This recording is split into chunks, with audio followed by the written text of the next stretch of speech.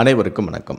பிரதீப் ரங்கநாதன் நடிப்பில் கீர்த்திவாசன் இயக்கத்தில் உருவாகி இருக்கும் டியூட் திரைப்படம் 17ஆம் தேதியன்று ரிலீஸ் ஆக இருக்கிறது. ஏற்கனவே பிரதீப் நடித்த படங்கள் வரிசையாக மெகா ஹிட் ஆகி இருக்கின்றன. எனவே இந்த படத்தின் மீதும் ஹைப் எகிரி இருக்கிறது.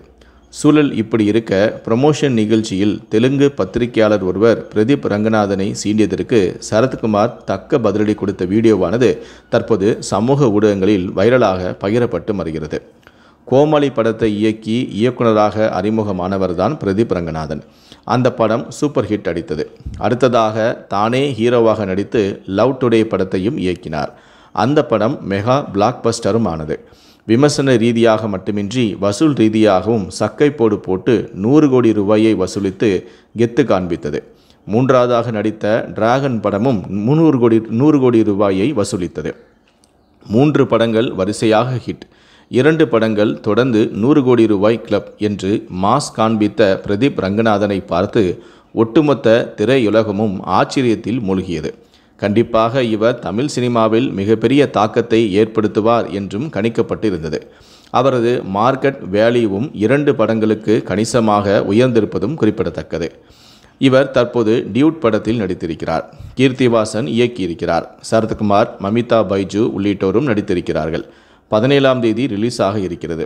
இந்த படத்தையும் ஹிட்டாக கொடுத்து ஹீரோவாக ஹாட்ரிக் வெற்றியை பெறுவாரா என்று பலரும் எதிர்பார்க்கிறார்கள். டெய்லரை பார்க்கையில் அதற்கான சமிக்கைகளும் தெரிகின்றன. இன்னும் 3 நாட்களில் இந்த ரிசல்ட்டும் வந்துவிடும். படத்தின் ப்ரமோஷன் பணிகளும் சூடுபிடித்திருக்கின்றன. அந்த வகையில்தான் ஆந்திராவில் படக்குழுவினர் பத்திரிகையாளர்களை சந்தித்தார்கள். இதில் பிரதீப், சரத்குமார் உள்ளிட்டோரும் கலந்து கொண்டார்கள்.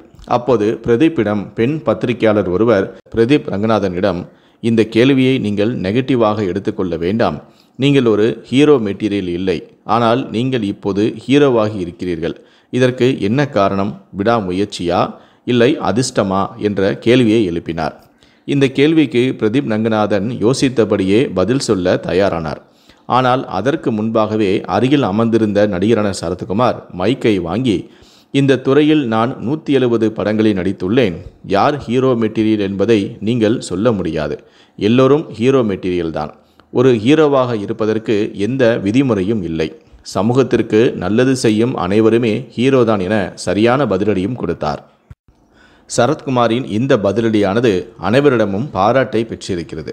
ஒரு சீனியர் ஹீரோவாக ஜூனியருக்கு தகுந்த பாதுகாப்பையும் சப்போர்ட்டையும் கொடுத்திருக்கிறார் என்று ரசிகர்கள் அவரை வாழ்த்தி வருகிறார்கள்.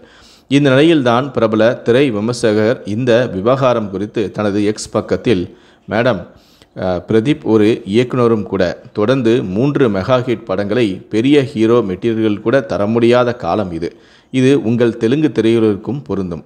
ஆகவே இந்த நையாண்டியை இங்கே காட்ட வேண்டாம்.